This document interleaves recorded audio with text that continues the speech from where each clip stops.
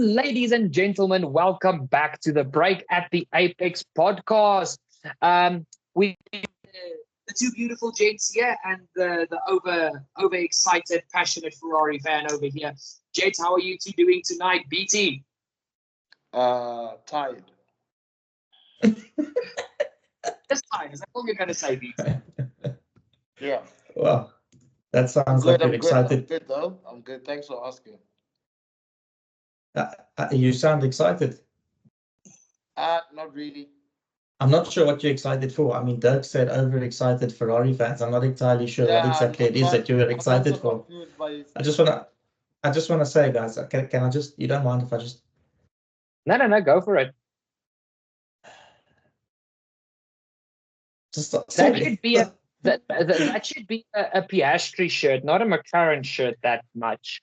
Hey, both McLarens did an amazing job. By the way, it would be really awkward if when I edit this, the bottom part that I was showing you guys doesn't show in the actual... Probably won't, so you need to sit up. Fair enough. Rookie mistakes. But in any case, let's get straight into this. We've got a lot to talk about. So, gents, first of all, let's get straight into it while Graham has got us on the topic. What a race from Oscar Piastri. Like, obviously, big Ferrari fan here, big Leclerc fan, but even though the Ferrari was the car to beat this weekend, Piastri was the driver to beat, and he outclassed Leclerc and the whole field, and I actually was very happy to see him win, unlike the Hungary crappies that we had. But yeah, just your opinions, Graham. I was elated for Oscar.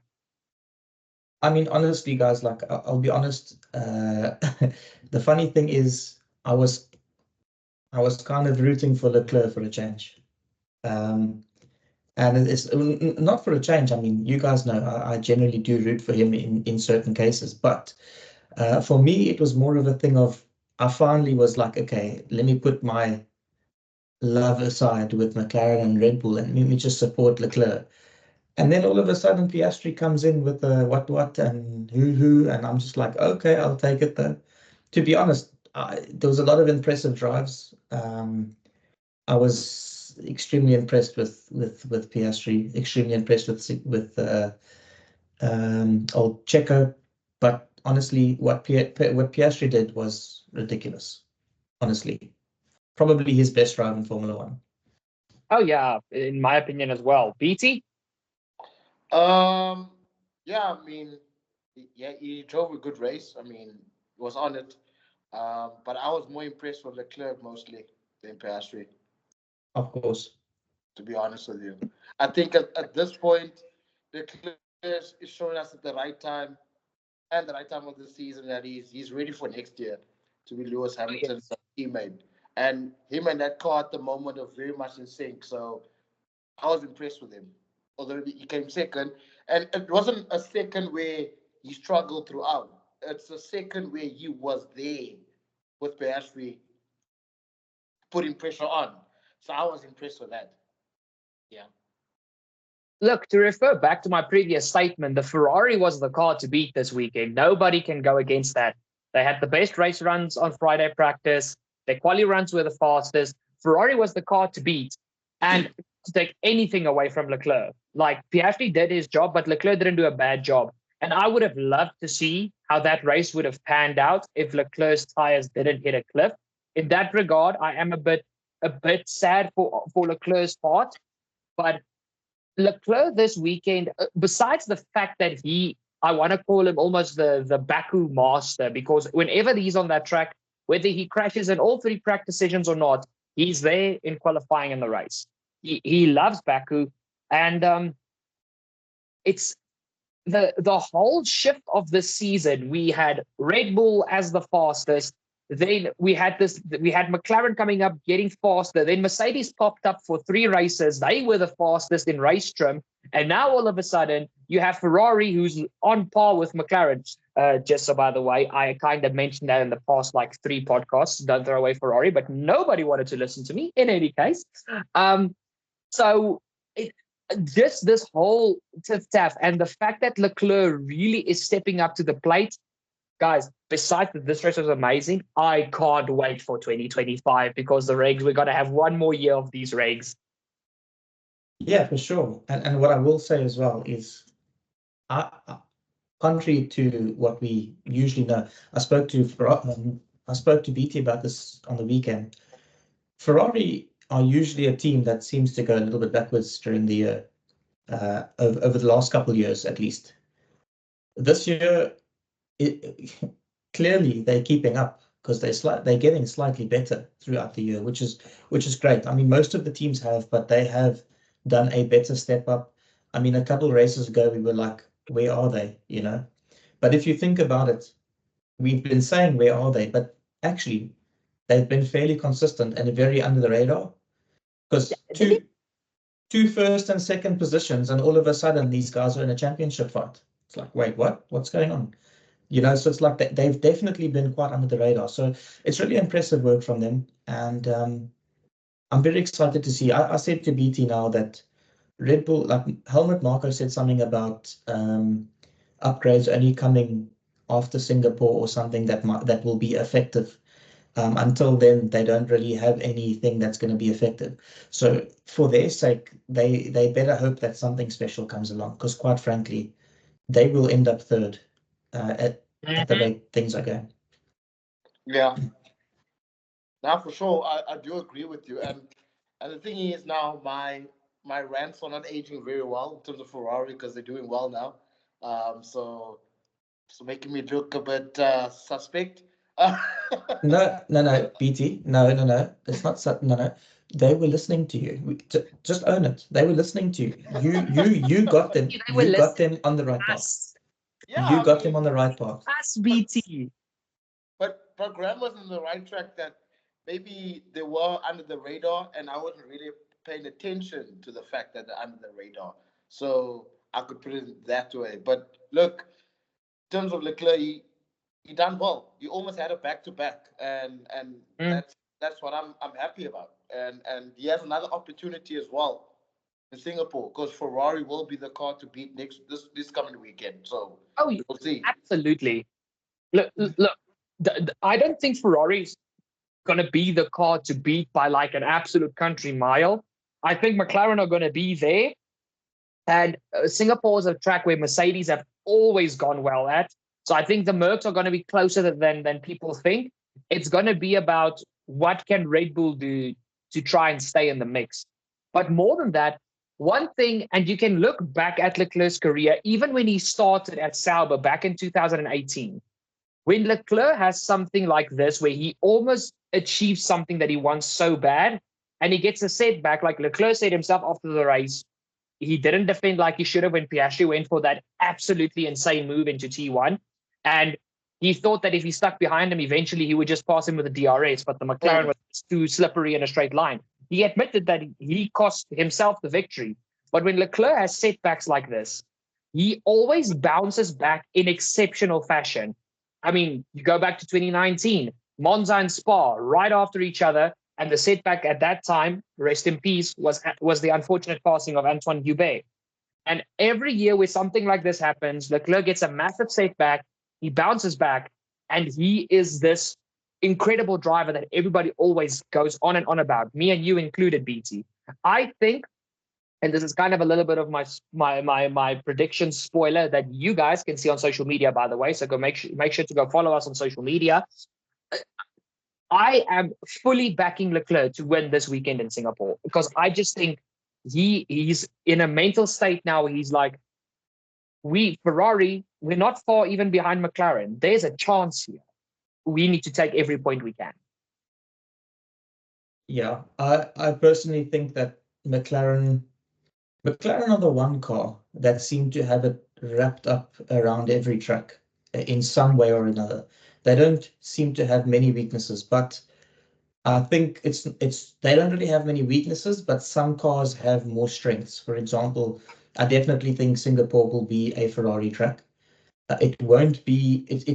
It's not that it's not a McLaren track. It's that Ferrari will just be slightly better in terms of their setup for Singapore. But McLaren will be there or thereabout. Look, don't get me wrong. I think with Piastri doing what he did this weekend, I mean, Singapore's another track where you can hold somebody up for 10 to 20 laps, you know what I mean? So Yeah.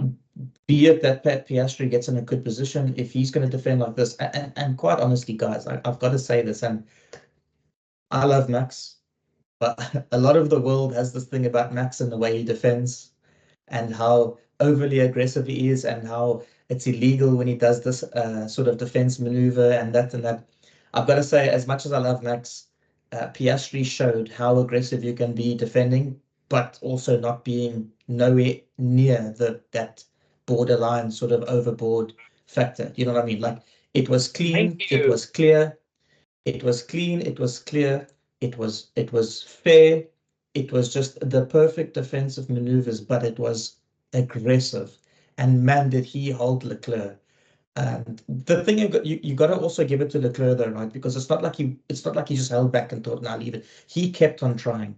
You got to give that to him as well, because like Leclerc is obviously one of those kinds of drivers that sometimes you question his manhood. You question if he's got the kahunas to do it. You know what I mean? Mm. And he did. He was trying, but Piastri was just playing OP at the time, just saying, "Nope, sorry, boss. This is my race today. Sorry." So, but hey, guys, honestly, look. We can sit here all day and I can say the same thing, but I'll say it once. Very impressed with Piastri. Honestly, that's the type of drive where it sort of backs what we say. When we say he'll probably be like the next Max Lewis type of driver, multiple world champion. Those are the types of drives that make you think that's. I mean, it's his second year, guys. Yeah, Think about that for a second. second, yeah. Mm-hmm. But while we're on the McLaren conversation, though, can I just say Norris had an amazing drive. Like the man was absolutely amazing. Look, he got lucky at the end getting those 2 places extra, but it's not really lucky if you consider he still would have finished sixth after starting 17th. His strategy was quite standard. There was a couple cars that took. Was there more cars that took the hards first? I can't Yeah, they took remember. 5 or 6 Yeah. cars. I took the hards first, but Lando took them by far the furthest. Oh man, the point I'm trying to make is like there was a couple cars that did it, and he somehow just made it work, and he gained so many positions by making it work. And it's just, uh, I said to BT on Saturday that the difference between Max and Lando in terms of like your persona in becoming a champion. On a Saturday, Max starts 17th and he's ready for the challenge. He's happy. He's excited because he gets to overtake for the whole day. Lando was very downbeat, very like, yeah, no, like he didn't really seem like he knew if he could actually do anything. And I think for somebody who wants to be like a champion, you kind of need to have that bit of, it's not arrogance, but just that bit of self-belief, that bit of confidence, which he kind of lacked. But turns out on Sunday he delivered, and I think he's proven to himself now that he can actually do it, and that he should be excited next time if he starts further back, because it gives us a bit of excitement to watch. Yeah, I mean, also, it happens when you have the car to experiment in terms of strategy. I mean, McLaren do have a fast car, so the strategy that Norris was in, it was easy cakes for him. He has a fast car. Unfortunately, as you said, he doesn't have that max factor where he wanted to overtake everyone. And maybe he couldn't at that point because Ferrari was on par in terms of performance of McLaren. And Sainz was actually fast this race as well. Sainz was doing very well. So it was going to be very hard for him to get past some Sainz in this particular race. Yeah, look, um, I'm going to stick with the fact that the Ferrari was the car to beat this week. And I mean, throughout that whole race, Sainz had a little bit until the end, unfortunate accident with Perez. Sainz was never further away from that lead 3 than 5 seconds. He made sure that he just stayed there. And but we'll get back to that. The one thing that I want to say about Lando, something that also counted in his favor for the race on Sunday. We've known the whole season that the McLaren is the car that's the easiest and the best on its tires, especially the hard compound. They've figured out a way to get those tires on the correct temperature, the quickest, and keep it there so that the tires go the longest. And Lando exploited that so well. I'm going to be honest. When he pitted, I had my doubts that he would catch Max again. When the graphic showed it would be within 8 laps, and that would have been with 2 laps to go. I was like, you're cutting it fine. And I thought his tires were going to drop off. But again, the McLaren's chassis that actually enables the drivers to keep those tires in such a good nick is really something that did a lot for Lando this weekend. Yeah. And actually, while we're on the topic about Sainz and Perez, besides the accident that we'll also get to, Perez and Sainz this weekend thoroughly impressed with. Especially Perez. You two can stop your laughter. Freaking hell. It was such amateur. It was such amateur hour, but the reality is like what you're about to say. Like carry on with what you're going to say because you are 100% correct with what you're about to say. So, oh, jeez, man, you guys almost freaking break my rhythm. Guys, sort them out in the comments. Sort them out in the comments and give us something to engage with. Let's go. In any case, what I wanted to say was, so especially after your two's giggles, besides the incident, I was very impressed with Sainz and with Perez this weekend. Sainz did what the McLarens got naturally. He saved his tires, not sitting in dirty air like the front three, constantly battling. And when their tires started to go, he was there at the end. And Perez was just, I can't remember a last time where Perez outperformed Max over the span of a whole weekend. I honestly can't. I don't even know if it exists. But Perez this weekend, I mean, it was really good to see. But man, that guy just doesn't have any good luck. PT. Yeah, I know. I mean, the good luck part, I do agree with you. I mean, it's like the Formula One cars don't even want the guy to race anymore. Like, they don't want him to be in a paddock anymore.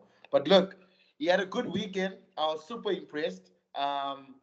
It just, what happened between him and Sainz is unfortunate because I do think that he after this race, if he did finish at the podium, he was going to look at this race as a motivational booster for him for the rest of the season. So unfortunately, things happen. Apparently, it's his fault. Graham said so. I tried to watch it at work this morning just to analyze it a bit. I do think Perez had time and room to actually avoid Sainz. That's just my take. I'm gonna give it to Graham, but that's just my take, basically. Yeah, guys, like honestly, so when we're watching, like at first, I was like, what did Sainz just do? I mean, I still messaged me that, like, what did Sainz just do here? Like, it looked very dodgy. Like he was trying to get Leclerc to win. Like, you know, like like Flavio Briatore was back in the paddock or something. You know what I mean? Anyways, but like he just came around, and then no, Perez came on the inside because he had better traction. And then it just looked like Sainz went like that. And I'm just like, wait, what just happened? It looked so intentional.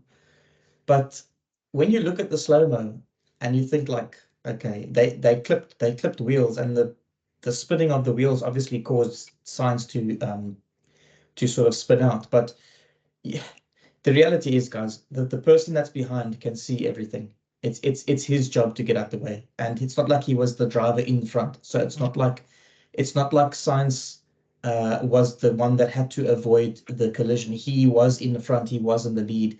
So technically, the line belongs to him. He can take it how he wants. So the overtaking driver is the one that needs to be cautious. You know, I think that's the take for me. So for me, I want to say it was Perez's fault, but essentially it is just a racing incident. And I kind of agree. As far as I understand, FIA did not punish any of them.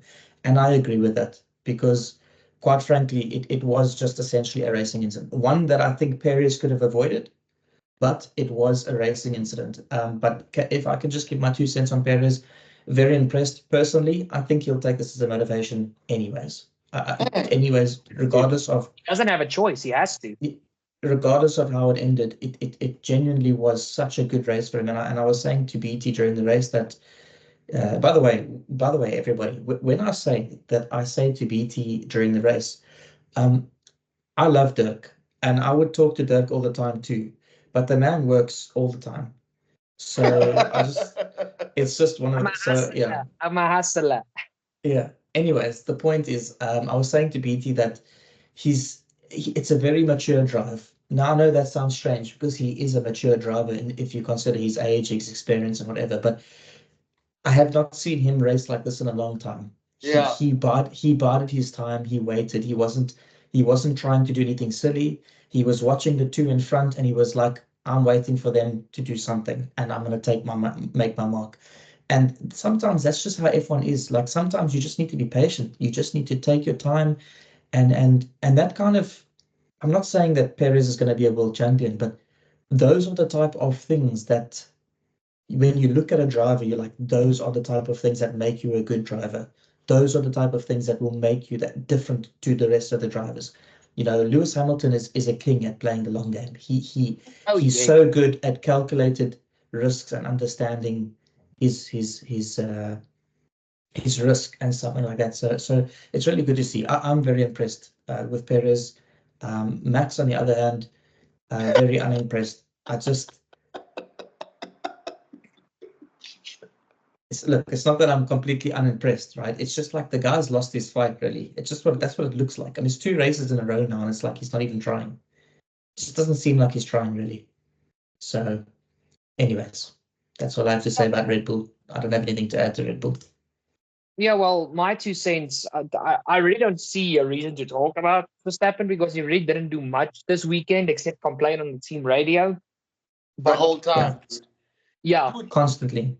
Dude, we were having a good time at the front. Leclerc and Piastri are pushing it.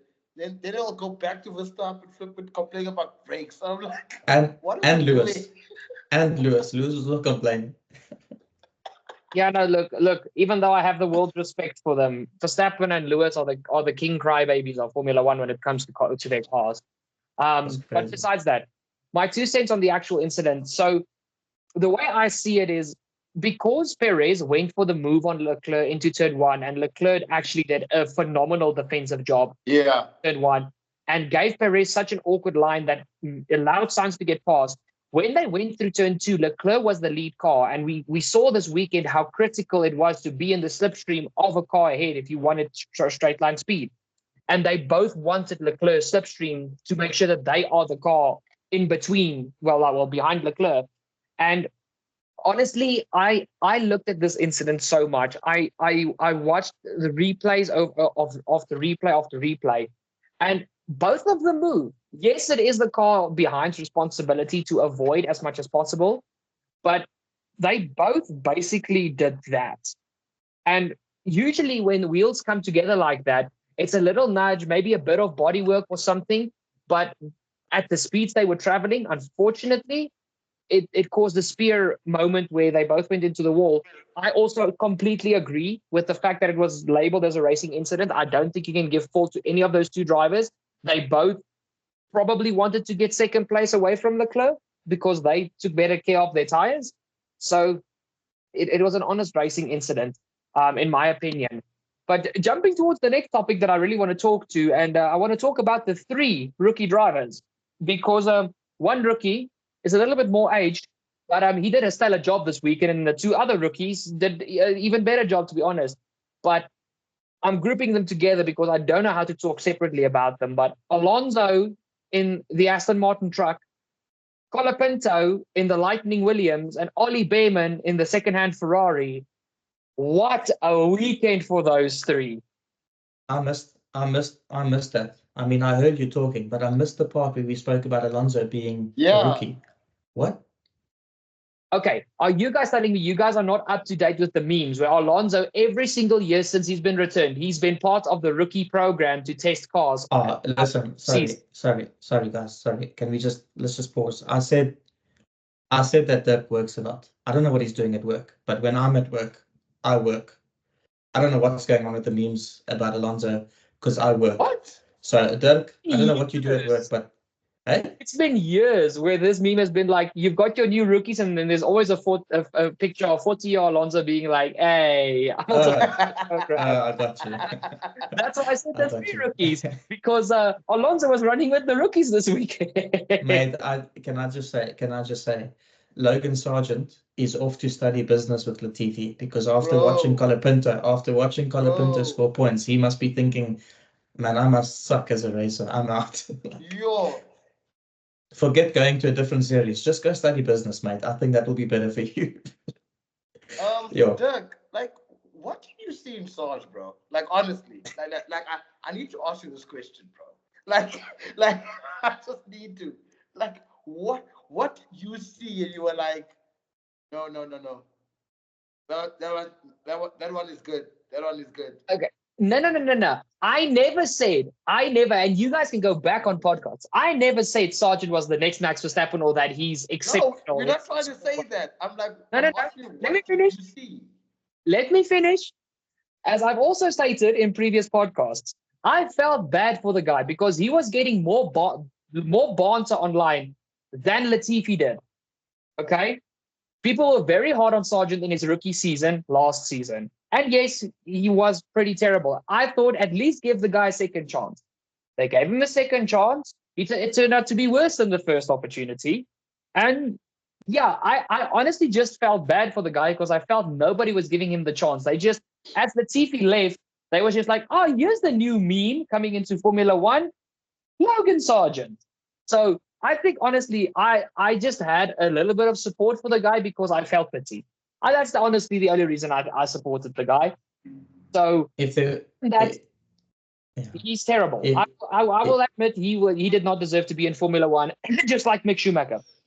Wow. if there Okay. was ever, if there was ever, if there was ever an Afrikaans moment on this podcast, it was Dirk saying banter instead of banter. Just Yeah. saying. Loop skate jy.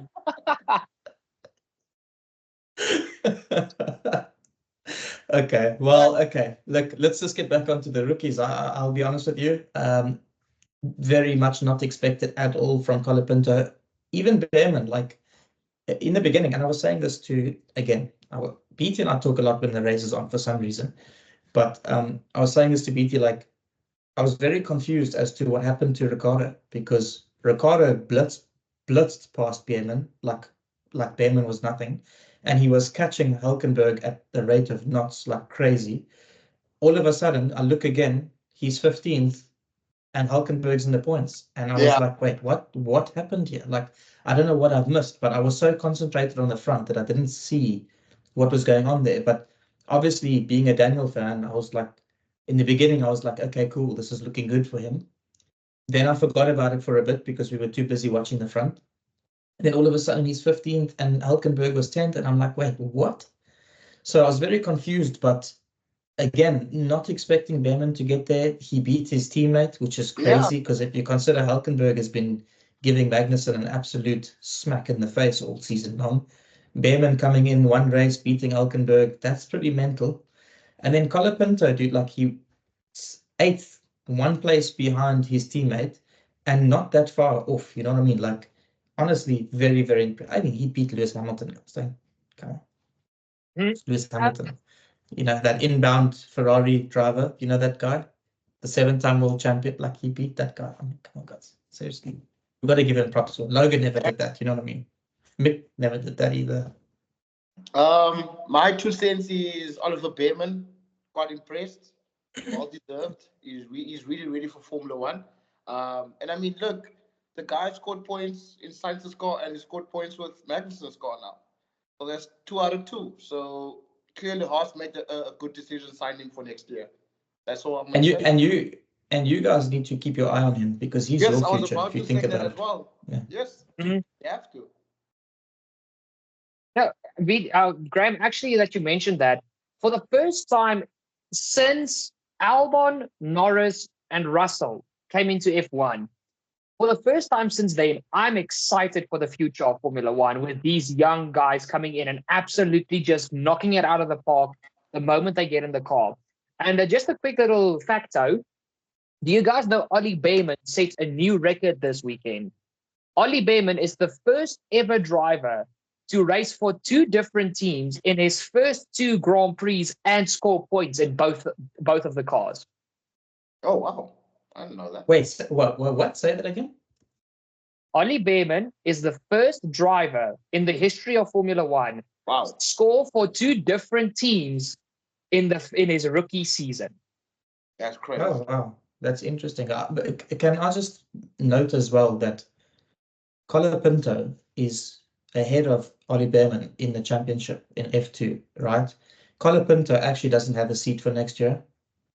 So that's quite sad in a sense, if you consider what Colapinto did, or what he's done now. You've got to think that hopefully there's space for him in the future, because, I mean, if you think Ollie Behrman is looking good, and Colapinto is actually better than him based on yesterday. Obviously, the car makes a difference. Don't get me wrong. I know a lot of people in the comments are going to be like, yeah, Graham, but the cars, I know that. But they both only had 2 races in Formula One, you know what I mean? So at the end of the day, Colapinto's ahead of Behrman in F2. They've both had 2 races in F1, and Colapinto's beaten him now. I mean, again, like I said, I know different cars, but fine. The point is that Colapinto must be pretty good in comparison to Behrman. I'm not saying he's going to be better than Behrman. I'm just saying he's got to be pretty good. But he doesn't even have a seat because he's sitting in Sainz's seat right now. So I'm very interested to see how that's going to play out. And I'd be quite keen to see what happens to Colapinto.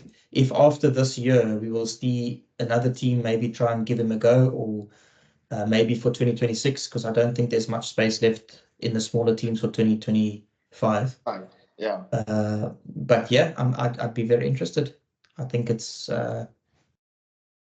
Well, look, Colapinto and Ollie Behrman are both very young, but we're not talking about Ollie. He's made his statement now that he's going to be in F1, and I think Ollie is going to do a good job. Colapinto, on the other hand, okay, and again, I'm pointing out the obvious here, and I'm not trying to be on purpose. Perez stated this weekend that he doesn't see, a much longer career in F1. He knows his career is coming to an end. He's not very young anymore. Ricardo, with how he's currently performing, I don't see him in F1 if he gets re-signed next year, that he's going to be here for much longer, because I think he's holding hopes for that Red Bull seat. And if those 2 drivers are gone, and also there's still not a second signing for the Sauber team next year, it's just Hulkenberg. There's still a seat open, and he is already contracted as the Williams reserve driver. So he's technically in F1, just not a full-time drive yet. But, I mean, after this weekend, there were a few teams that said Colapinto is definitely on the radar now. He proved, because everybody said after Monza, okay, Monza is a relatively easy track compared to Baku. We will see after Baku how good this kid really is. And by golly, did he freaking prove himself this weekend. That is, a lot of the drivers feel that Baku is even harder to drive than Monaco. And that's saying a lot. So honestly, I think Colapinto made a good enough statement this weekend to make sure he's in the conversation when teams want new drivers. Yeah, I mean, he's definitely stating a good case for himself. And but yeah, again, guys, we've also got to look at F2 as a whole. I mean, he's 6th. Behrman is like not even 10th or something, I think. I can't remember. But the point is, let's state the obvious here. None of them are first. Yeah. So what happens to the drivers that are first and second? That's kind of the other question that you need to think about, and that you need to ask. And that's the thing about F1. Sometimes it's not about how good you are. Sometimes it's about being lucky. It's about being with the right team. Look at Kimi. Kimi is not. He's also not having like. It's not like he's going to win F2, but he's got a team that will back him, knowing what he's capable of. Behrman has a team that will back him, know that what he's capable of. Ollie Behrman is nowhere near winning this championship, but the team will back him. So it's about that. It's about that understanding of, I belong to this team. Fit, basically. 100%, and the team accepting you for who you are, and backing you as far as they can possibly back you. So sometimes F1 is not about how good you are. It's very much about the money. It's very much about the relationship that they have with the specific driver, sponsors, all that kind of stuff. So yeah, it's a sad thing. At the same time, it's also sometimes a good thing, because, but I gotta say, I think this next year coming, I think is going to be one of the most exciting years that we'll see in F1 ever. I don't mean that in a like I'm hoping I'm not jumping the gun, but the reason I say that is because it's the last year of the current regulations, which, as we can tell, everybody's caught up now. It's going to be an absolute belter. On top of that, we have three rookies. No, three rookies. Jack Doohan as well. Okay, so we're gonna have three rookies. We've got Piastri, who's clearly making a name for himself. Okay, we've got Hamilton that is going to be joining Ferrari. We've potentially got, don't get me wrong, I'm still convinced that they might give Daniel a go at Red Bull. What they do with Perez, I don't know, but I'm still convinced Daniel goes to Red Bull and Lawson comes in as well. So then we've got Lawson coming in. Gents, honestly, 2025 is looking absolutely mental, and I'm here for it. I can't wait. Oh, yes. Actually, Graham, while you're on the topic, and I actually want to make this our last topic, because besides what happened at the front, there wasn't really too much to talk about at this race. We've already covered it. One thing that I quickly, a little bit of a hypothetical, okay? Again, take it with a pinch of salt, but I want your honest opinions about this, okay? We saw this weekend, and you can take it as you can see it as you want, but these are the facts. Red Bull, out of the top four, Red Bull were the slowest. Perez did an amazing job, but out of the cars, Red Bull was the slowest. Then was the Merc. Ferrari and McLaren were leading the way. Let's say next year, because they can't do much to these cars, the regulations are staying the exact same. So let's say next year, we rock up at Australia, because Bahrain is no longer the first race. We rock up at Australia. McLaren and Ferrari are still your two guys. Well, your two teams. Okay, you've got Lando, Oscar, Lewis, Charles. Besides Ferrari, if we have a championship battle, and this is a very bold statement, I realize it, and I'm going to make a lot of people mad in the comments. If that is the case next year, with Piastri, how he's picking up right now, next year, he's dusting Norris. And I don't think Norris is going to, I'm not saying he's going to be far. I'm not saying he's going to be far behind, but he's not going to be the driver that's going to battle for the championship. It'll be Piastri, Leclerc, and Hamilton. And Greg, you've said it yourself a few times. Chris just doesn't have that it factor that these drivers have. I mean, we look at how Charles has grown and how he's become a little bit more rough around the edges, talking to his engineers, making very point decisions. We've got Lewis Hamilton, who will directly tell his engineer, we're not doing this, we're doing that because your strategy is crap. Piastri doesn't give a damn. He wants to prove he's the best. And Norris always takes the back seat.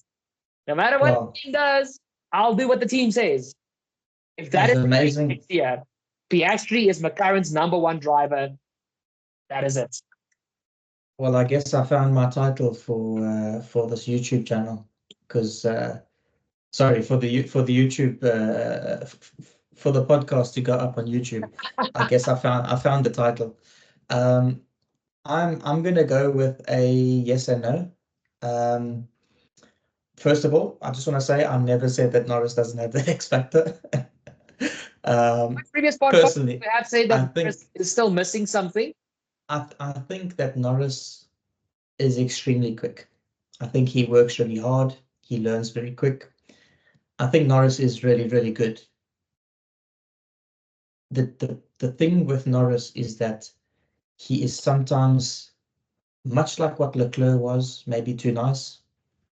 And also at times he makes, again, also like Leclerc, can make too many stupid mistakes, and then he'll own it, and there's like, yeah, I know, but you did that last week, and then like, when are you gonna not to do those things, but the reality is, guys, don't get me wrong, the reason I say yes and no, the reason why I say yes, because I think a lot of people are jumping on Norris's back at the moment, right, with the whole Piastri thing. But let's just look at the stats. Norris is still way ahead of Piastri this season with regards to stats, like beyond qualifying and race win, like race head to heads. Norris is far ahead to Piastri, and I think we shouldn't put that much pressure on Piastri. I love the kid. I want the kid to do well. He will do well. But give him his time. I'm not saying he won't be in the fight with Norris. I'm not saying he won't beat Norris either. But I think it will definitely not be a case of like he's going to leave Norris behind. I think Norris will put up a fight with him. I think Norris will have a good shot to beat him. I don't think that Norris is going to be far off or going to get left behind. What I will say is, if Ferrari and McLaren are in a title fight, my money's on Lewis. Like, just you can't not put your money there. Like you can't not. If McLaren and Ferrari are on par, I don't care how good Piastri and Norris is, you can't not back Lewis. You just can't. But also, I don't want to write off Red Bull because you never know what kind of thing they can come up with before the end of this year, and you never know what happens for next year. So I can't write them off. They might just find something to come back. I watched an interview, a podcast with Adrian Newey the other day. Some really interesting things were said. And based on some of the things that were said, I think Red Bull might not be too bad. I think they'll be okay. I think they might be okay.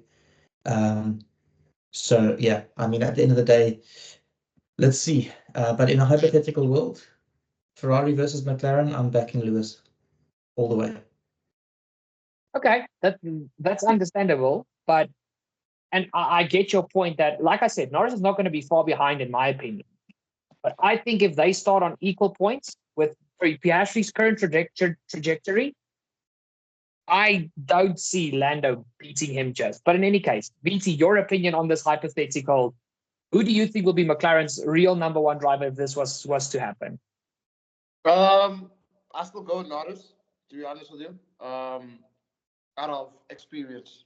I'm not saying Piastri can never take on Norris or anything like that. But based on experience, I think Norris will be ahead of Piastri. Purely, I'm not saying purely on pace or how fast Norris is, how fast Piastri is. I think Norris would understand that it is time to shine and it is time to step up as well. I mean, he doesn't want to win a world championship at the end of the day. And if he has this season to have a look at Piastri and to show Piastri showing him that Piastri's good, good as a teammate as well.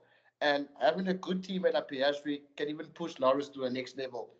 We don't know that. Same as Leclerc as well, Hamilton.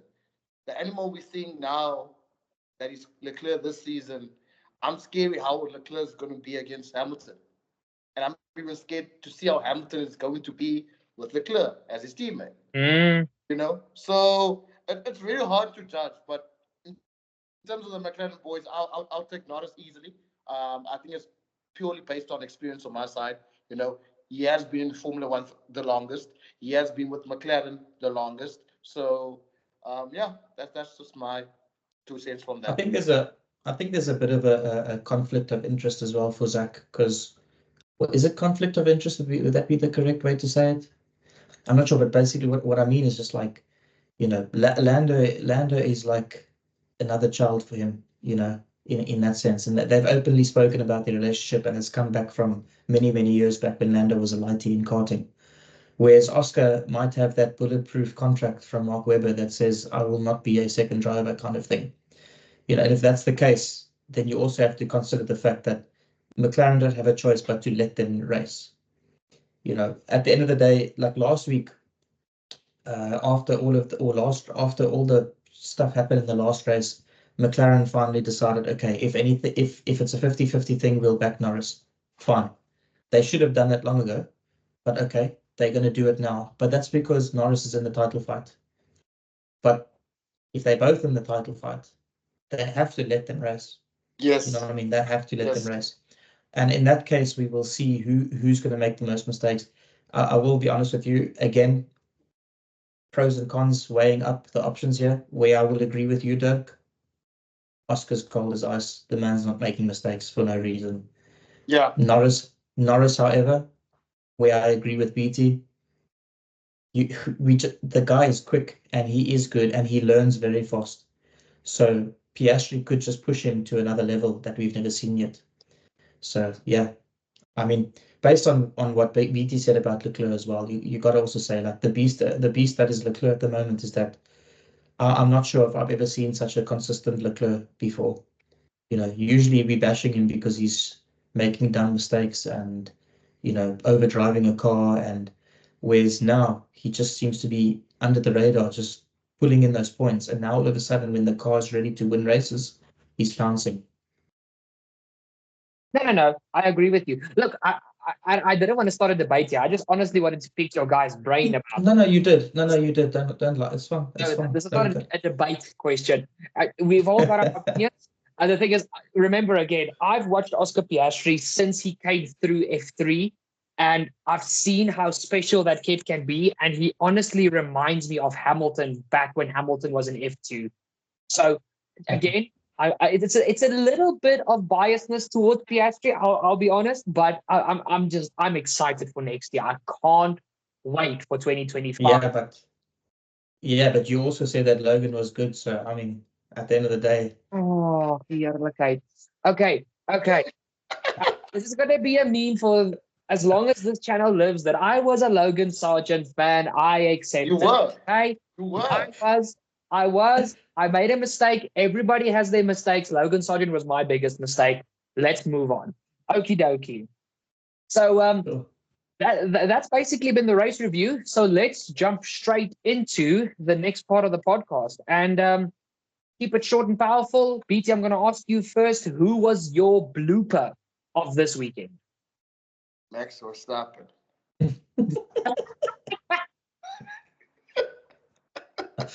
Yeah, I know. Ooh, yeah, I know. Okay, coming in. Like, I don't think. There. I don't even think you have to explain. Like genuinely, like I think we can all just agree that's. I'm not going to explain. Yeah. Yeah. No, we don't need to explain. We don't need to explain. I guess I'll just. Well, like in my honest opinion, Lance Stroll. What was the guy doing? You're so like, I don't know, bro. I don't know. Like, man got a puncher and then just disappeared again. Like he was just never found. They lost him and he was never found. Just that was it. Done. Oh man. Okay, honestly, just for the sake of being different, honestly, mine would be, and I'm sad to say that, but mine would be have to be Lewis. Lewis, I think. Look, the Merc wasn't there this weekend, but again, even compared to Russell, who started out the weekend a lot worse than Hamilton, had multiple issues with his car in practice where they had to wheel the car back in and he lost lap time. Well, time on where he lost track time, and just not figuring out the car. I just think Lewis, for me personally, besides Stroll, because I was going to go for Stroll, for me was the blooper of the weekend. Did Lewis have problems in quali, or did he just not do well? No, he changed his engine, right? Yeah, he changed. They changed the engine, but that was after the team inspected the car after qualifying, and apparently, not completely confirmed, but this was from a source. There were metal particles found in some of Lewis's engine oil, and that means the engine is on the verge of saying goodbye. So they took a new power unit to just make sure Lewis finishes the race, and that put him to the pit lane with the two Alpines. But even, I mean, Russell. But he finished 9th though, hey? He would have finished 11th if it wasn't for Sainz and Perez's incident. Oh, yeah. Gotcha. And again, what I'm trying to reiterate here is Russell barely had any track time in free practice 1 and 2. He almost missed the entirety of Friday. Still had issues in practice 3 on Saturday, beat Lewis in qualifying. And yes, again, I understand Lewis had to start on the pit lane, but Lewis had, I almost want to say, an upper hand when it comes to track time. And he still was pretty good, pretty beaten by Russell this weekend. So for me, that's why I say Lewis, for me, is the blooper of the weekend. Fair enough. So yes, now let's go into, and I think we are all three probably going to say the exact same thing. The moment of the weekend. Okay, Graham, you've gone with Piastri. BT? That's Leclerc, bro. Wait, Good. what? He's backing Leclerc. I appreciate that. I appreciate that. You backing Leclerc for what? What did he do? First practice 1, first practice 2, first practice 3 was doing really well. Top, either 1 or 2 or 3. Qualified on pole. Nearly won the race. Continued to fight Piastri for the race lead.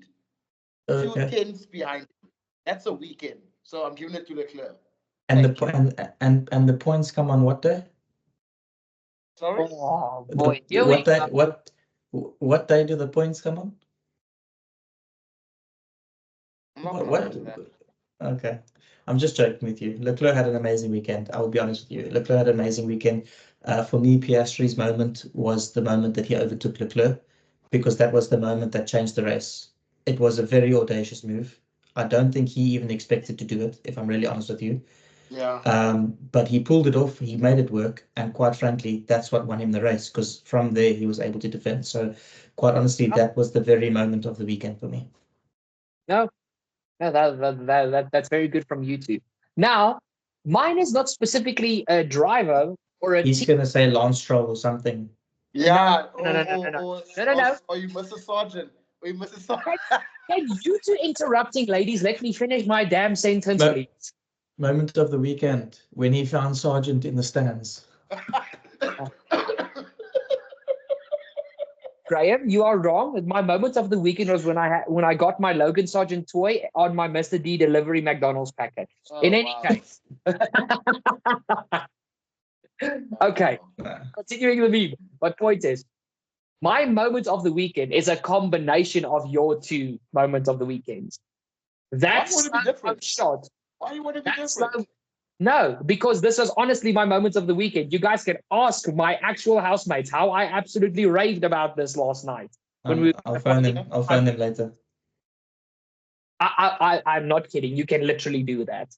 That moment of Piastri and Leclerc coming out of turn 16, and they both drift onto the outside curb like so simultaneously. The cars at the exact same angle, and the F1 TV director I remember that. in slow motion. I remember that. That is the most beautiful shot that I've ever seen of two F1 cars on the absolute limit.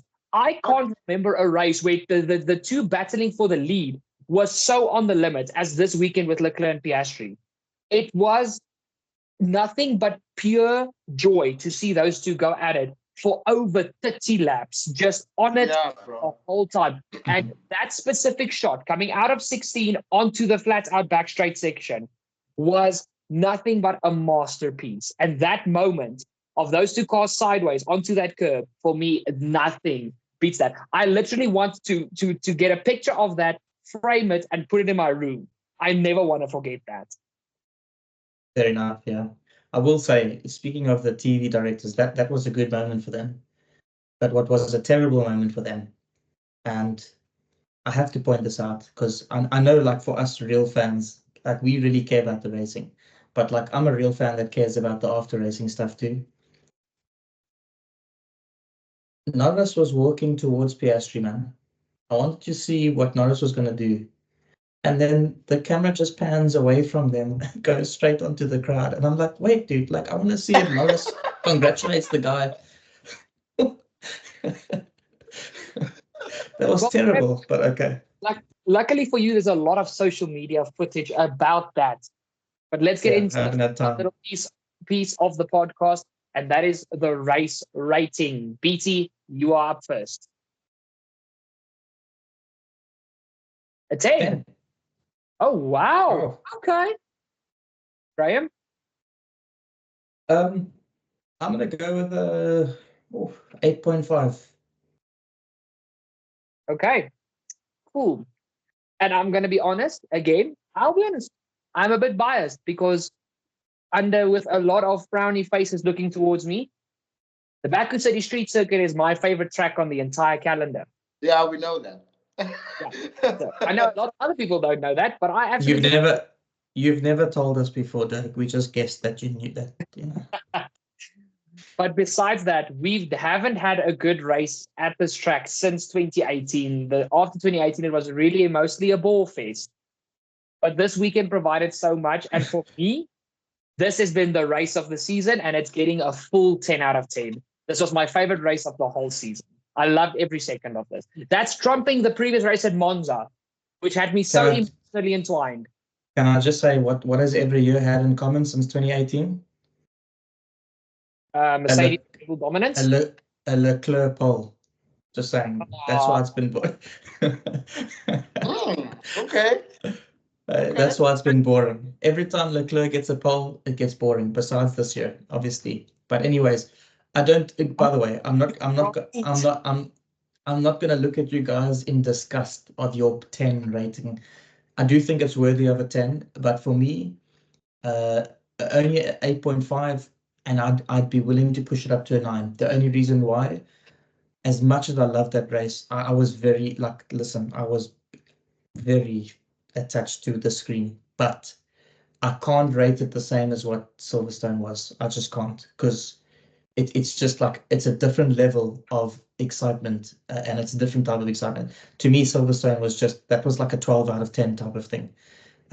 So yeah, like I'll give it a 9. I'll push it up to a 9. I do think it's worthy of a 10, but I just can't rate it a 10 because, like, realistically, comparing to Silverstone, it definitely wasn't better than Silverstone. So I'll give it a 9. But I do agree with the 10 from you guys. I think that's a good reasons as well.